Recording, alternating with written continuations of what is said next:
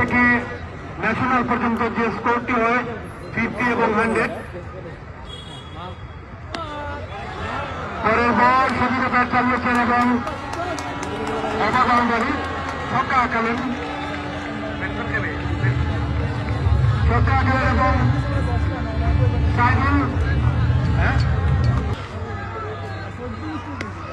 পরের বল এবার কিন্তু বল লাইনে ছিল শর্ট কাভার অঞ্চলে ফিল্ডিং হল দলীয় রান